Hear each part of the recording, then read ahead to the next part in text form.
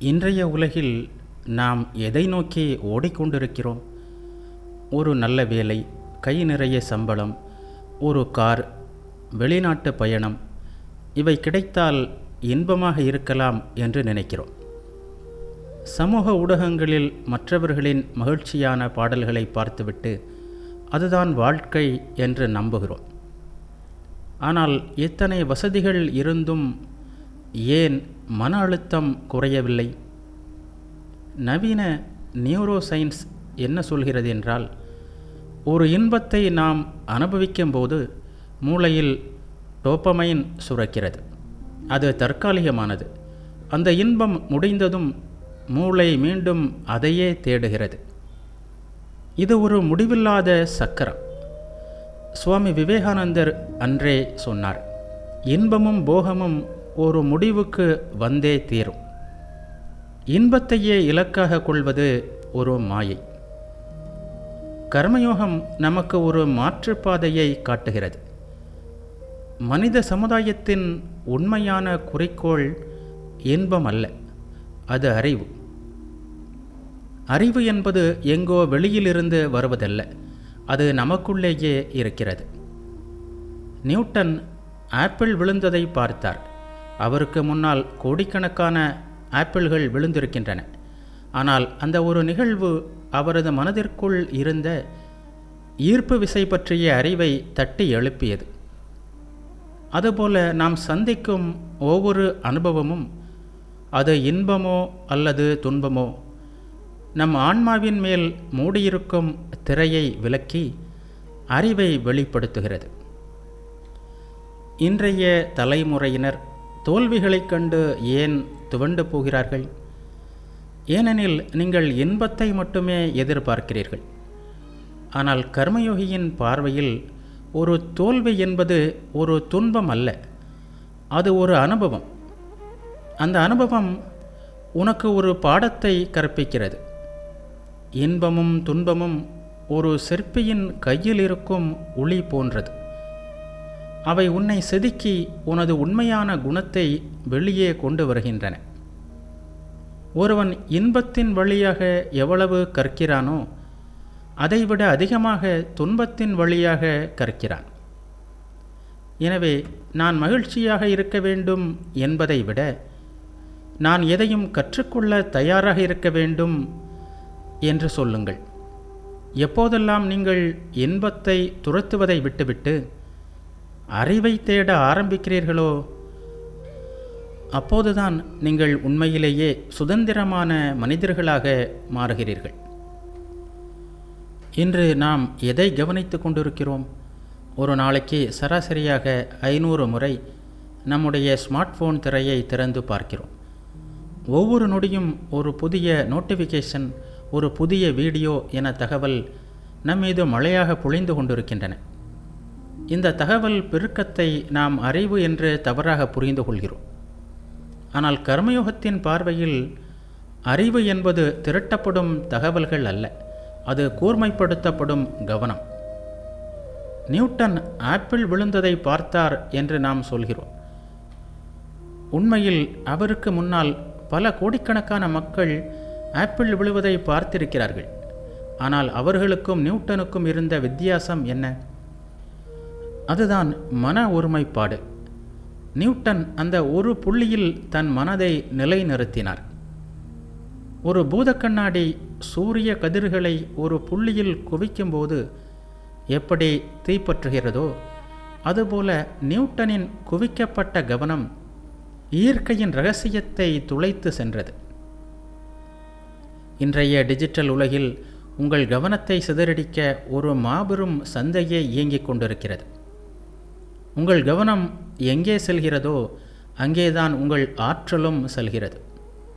நீங்கள் எதை நோக்கி உங்கள் கவனத்தை செலுத்துகிறீர்களோ அதுவே உங்கள் வாழ்க்கையாக மாறுகிறது. நீங்கள் ஒரு மென்பொருள் பொறியாளராக இருக்கலாம் அல்லது ஒரு மாணவராக இருக்கலாம். உங்களின் வெற்றியானது நீங்கள் எவ்வளவு நேரம் உழைக்கிறீர்கள் என்பதில் இல்லை, எவ்வளவு ஆழமான கவனத்தோடு அந்த வேலையை செய்கிறீர்கள் என்பதில்தான் இருக்கிறது. சுவாமி விவேகானந்தர் இவ்வாறு சொல்வார், 100 புத்தகங்களை படிப்பதை விட உங்கள் மனதை ஒரே ஒரு நிமிடம் ஒரு புள்ளியில் அசையாமல் நிறுத்த கற்றுக்கொண்டால் அதுதான் உண்மையான கல்வி. நவீன விஞ்ஞானம் இன்று மல்டி டாஸ்கிங் என்பது ஒரு பொய் என்று கூறுகிறது. ஒரே நேரத்தில் பல வேலைகளை செய்வது மல்டி டாஸ்கிங். இவ்வாறு செய்யும்போது உங்கள் மூளை உண்மையில் வேலை செய்யவில்லை, அது அதிவேகமாக தவிக்கிறது. கர்மயோகம் சொல்லும் ரகசியம் என்ன தெரியுமா? எந்த செயலை செய்கிறாயோ அந்த செயலாகவே நீ மாறிவிடு. நீங்கள் ஒரு மின்னஞ்சல் எழுதினால் அந்த உலகம் மட்டுமே உங்களுக்கு இருக்க வேண்டும். நீங்கள் ஒருவரிடம் பேசினால் அந்த உரையாடல் மட்டுமே உங்கள் பிரபஞ்சமாக இருக்க வேண்டும். வெளி உலகில் நாம் தேடும் தீர்வுகள் அனைத்தும் உண்மையில் நம் அகக்கண்களை திறப்பதற்கான கருவி மட்டுமே. கர்மயோகி என்பவன் வெறும் உழைப்பாளி அல்ல, அவன் ஒரு மனப்பயிற்சியாளன். அவன் செய்யும் ஒவ்வொரு வேலையும் அவனது கவனத்தை செதுக்கும் ஒரு தவம். எனவே உங்கள் கவனத்தை சிதற விடாதீர்கள், அதுதான் உங்கள் சொத்து. உலகத்தை ஆராய்வதை விட உலகத்தை நீங்கள் பார்க்கும் கண்ணாடியை, அதாவது மனதை சுத்தம் செய்யுங்கள்.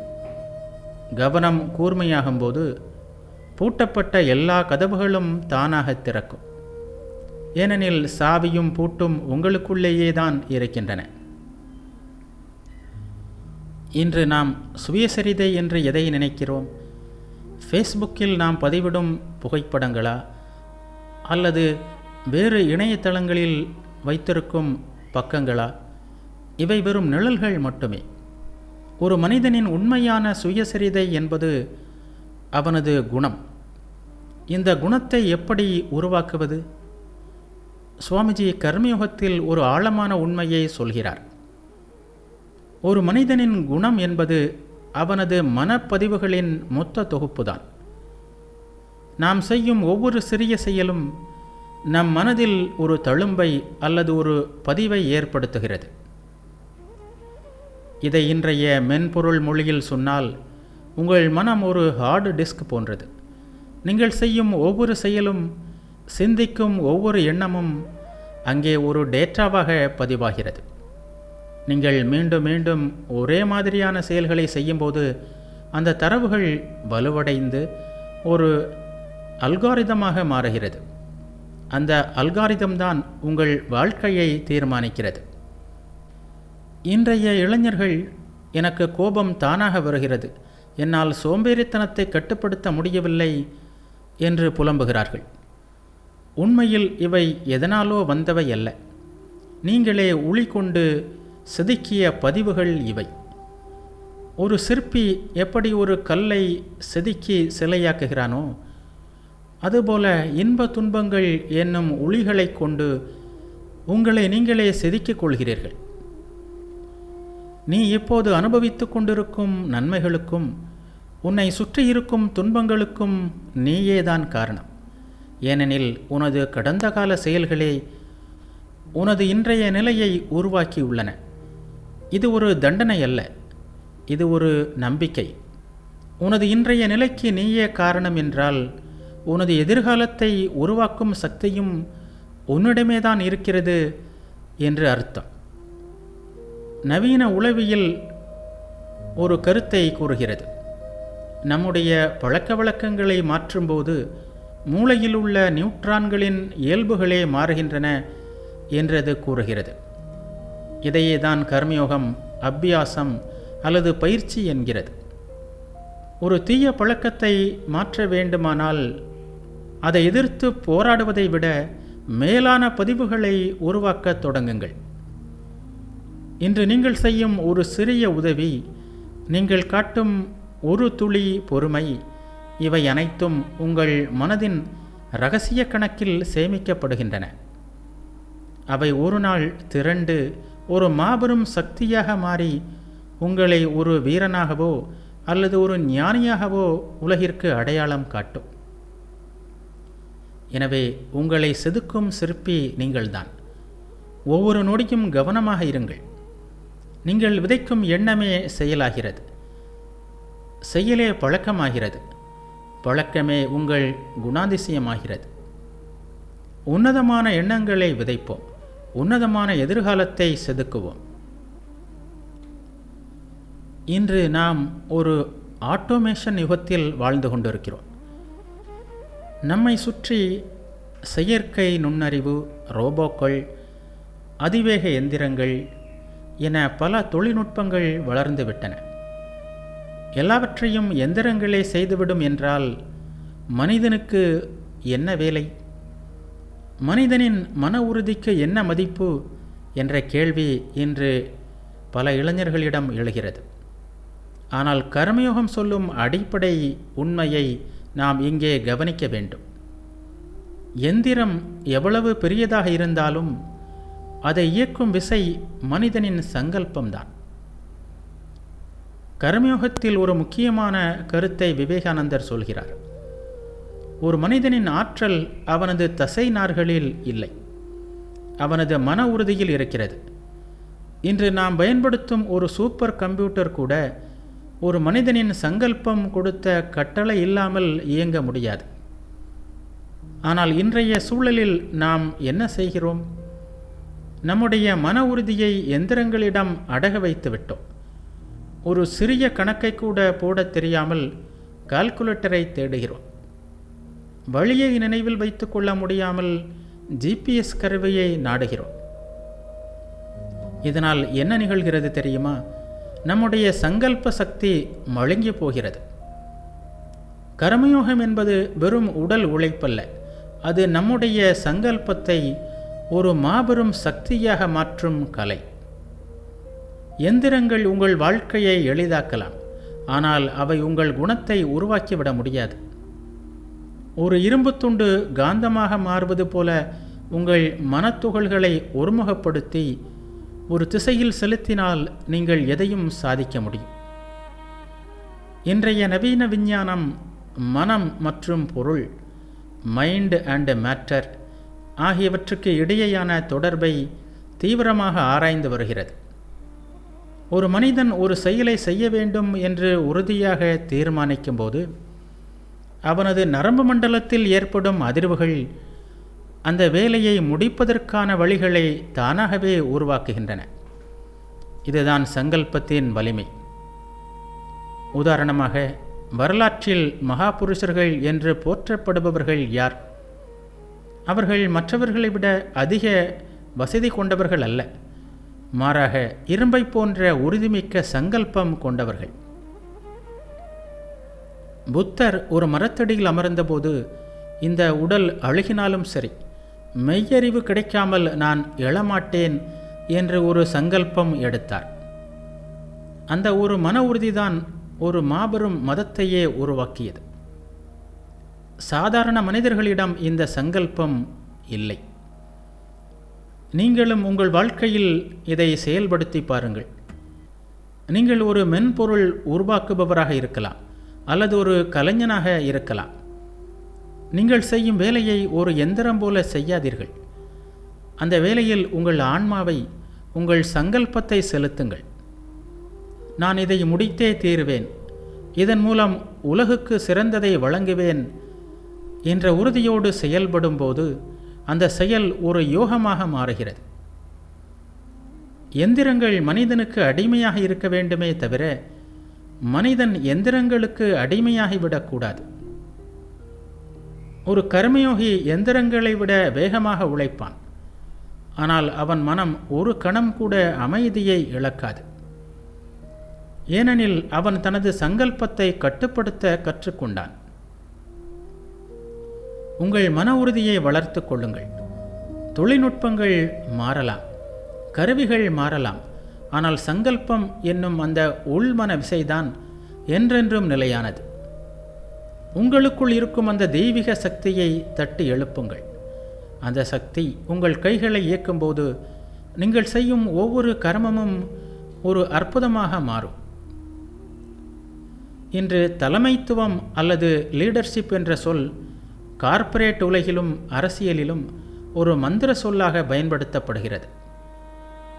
சிறந்த தலைவனாக ஆவது எப்படி என்று ஆயிரக்கணக்கான புத்தகங்கள் சந்தையில் கிடைக்கின்றன. ஆனால் கர்மயோகம் சொல்லும் தலைமைத்துவ ரகசியம் மிகவும் ஆழமானது மற்றும் தனித்துவமானது. ஒரு மனிதனின் உண்மையான மதிப்பீடு அவன் செய்யும் மாபெரும் சாதனைகளில் இல்லை, அவன் தனது அன்றாட வாழ்க்கையில் செய்யும் மிக சிறந்த சிறிய செயல்களில்தான் இருக்கிறது என்று விவேகானந்தர் சொல்வார். இன்றைய இளைஞர்கள் ஒரு பெரிய ஸ்டார்ட் அப் தொடங்க வேண்டும், கோடிக்கணக்கான மக்களை வழிநடத்த வேண்டும் என்று கனவு காண்பது நல்லதுதான். ஆனால் உங்கள் அறையை சுத்தமாக வைத்திருப்பதில் நீங்கள் காட்டும் பொறுப்பு என்ன? சுவாமிஜி கர்மயோகத்தில் மிக தெளிவாக சொல்கிறார், எந்த ஒரு மனிதனும் ஒரு இக்கட்டான சூழலில் அல்லது பெரும் புகழுக்காக ஒரு வீரனைப் போல செயல்பட்டு விட முடியும். ஆனால் எவன் ஒருவன் எந்தவிதமான ஆரவாரமும் இல்லாமல், யாருடைய கவனமும் தன் மீது விழாத போது கூட தனது கடமைகளை மிக சிறப்பாக செய்கிறானோ அவனே உண்மையான தலைவன். இதை ஒரு நவீன உதாரணத்தோடு பார்ப்போம். ஒரு நிறுவனத்தின் CEO மேடையில் நின்று பேசுவது மட்டும் தலைமைத்துவம் அல்ல. அந்த நிறுவனத்தின் ஒரு மென்பொருள் பொறியாளர் யாரும் பார்க்காத போதும் தனது கோடில் ஒரு பிழையும் வராமல் பொறுப்புடன் செயல்படுகிறாரே, அதுதான் உண்மையான தலைமைத்துவம். பெரிய விஷயங்கள் தானாக நடப்பதில்லை, அவை ஆயிரக்கணக்கான சிறிய விஷயங்களின் நேர்த்தியான தொகுப்பு மட்டுமே. இன்றைய சமூக ஊடக யுகத்தில் நாம் செல்ஃபி கலாச்சாரத்தில் மூழ்கி கிடக்கிறோம். எதை செய்தாலும் அதை உலகுக்கு காட்ட பாடுபட்டு கொண்டிருக்கிறோம்.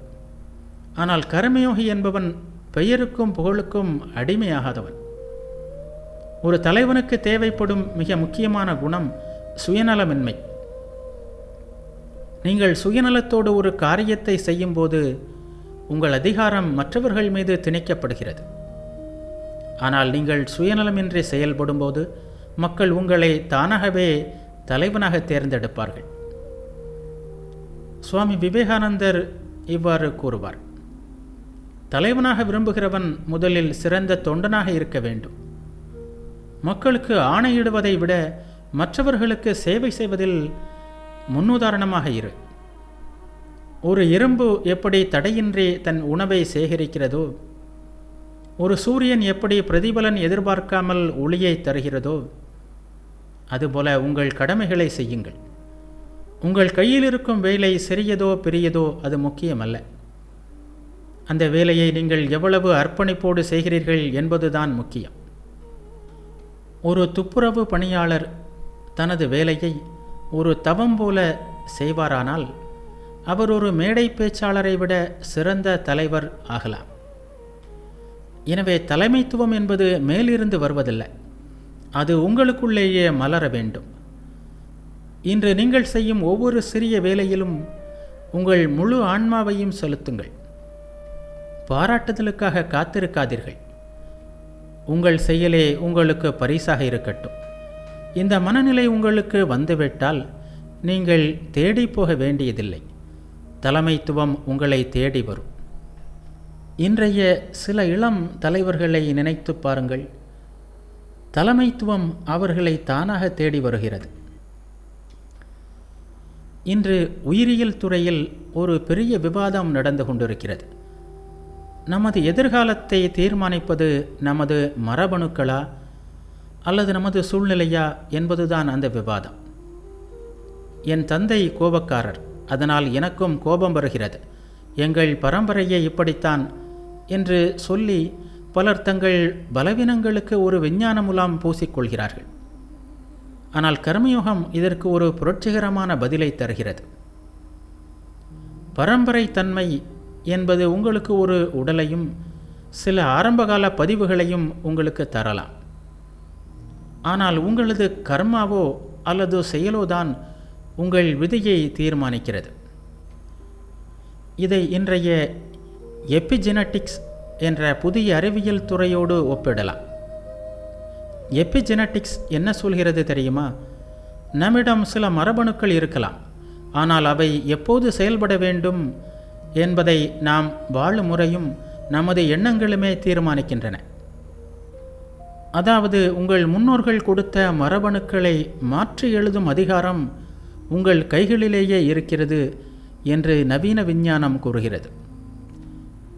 மண்ணில் விதைக்கப்பட்ட ஒரு விதையில் அந்த மரத்தின் முழு வரைபடமும் ப்ளூ பிரிண்டும் இருக்கிறது என்பது உண்மைதான். ஆனால் அந்த விதை மரமாக மாறுவதற்கு அது மண்ணை துளைத்து கொண்டு போராடி மேலே வர வேண்டும். அதுபோல உங்கள் பரம்பரை உங்களுக்கு ஒரு வாய்ப்பை தருகிறது. ஆனால் இன்றைய உழைப்புதான் உங்களுக்கு பலனை தருகிறது. எனவே நீங்கள் எனக்கு வசதியில்லை, என் பெற்றோர் எனக்கு எதையும் சேர்த்து வைக்கவில்லை என்று புலம்புவதை நிறுத்த வேண்டும். கர்மயோகத்தின்படி நீங்கள் இப்போது இருக்கும் நிலைக்கு நீங்களே பொறுப்பு. நீங்கள் இப்போது செய்யும் ஒவ்வொரு செயலும் உங்கள் எதிர்காலத்தை மாற்றிக்கொண்டிருக்கிறது. எனவே கவனமாக இருங்கள். உங்களுடைய மூளை என்பது ஒரு களிமண் போன்றது. நீங்கள் செய்யும் பயிற்சிகள் மூலம் அதன் நரம்பு மண்டல அமைப்பையே உங்களால் மாற்ற முடியும். இதைத்தான் கர்மயோகம் பழக்கத்தை மாற்றுதல் என்கிறது. ஒரு தீய பழக்கம் உங்கள் பரம்பரையில் இருந்தாலும் கூட அதை வெல்லும் ஆற்றல் உங்கள் கர்மாவிற்கு உண்டு. எனவே விதி என்று எதையும் கட்டி அழாதீர்கள். உங்கள் கைகளில் இருக்கும் ரேகைகள் உங்கள் விதியை தீர்மானிக்கவில்லை. அந்த ரேகைகளை கொண்டு நீங்கள் செய்யும் செயல்கள்தான் உங்கள் விதியை செதுக்குகின்றன. பரம்பரை தன்மையை விட சங்கல்பம், வில் பவர் பெரியது. உங்களுக்குள்ளே ஒரு பேராற்றல் இருக்கிறது. அந்த ஆற்றலை உழைப்பின் மூலம் வெளிப்படுத்துங்கள். நீங்கள் நினைத்தால் இப்போது இருக்கும் நிலையை விட உயர்ந்த நிலையை உங்களால் அடைய முடியும். உங்கள் முன்னோர்கள் உங்களுக்கு கொடுத்தது ஒரு தொடக்கம் மட்டுமே. முடிவை நீங்கள்தான் எழுத வேண்டும். இன்று நாம் வாழும் உலகில் உற்பத்தி திறன், ப்ரொடக்டிவிட்டி குறித்து அதிகம் பேசுகிறோம். ஒரு வேலையை எப்படி விரைவாக முடிப்பது, எப்படி ஒரே நேரத்தில் பல காரியங்களை செய்வது என பல பயிற்சிகளை நாம் எடுத்துக்கொள்கிறோம். ஆனால் இவ்வளவு செய்தும் ஏன் நாள் முடிவில் நாம் மிகுந்த சோர்வோடு இருக்கிறோம்? இங்கேதான் கர்மயோகம் சொல்வதை கவனிக்க வேண்டும். கர்மயோகம் என்பது ஒரு ரகசியம்.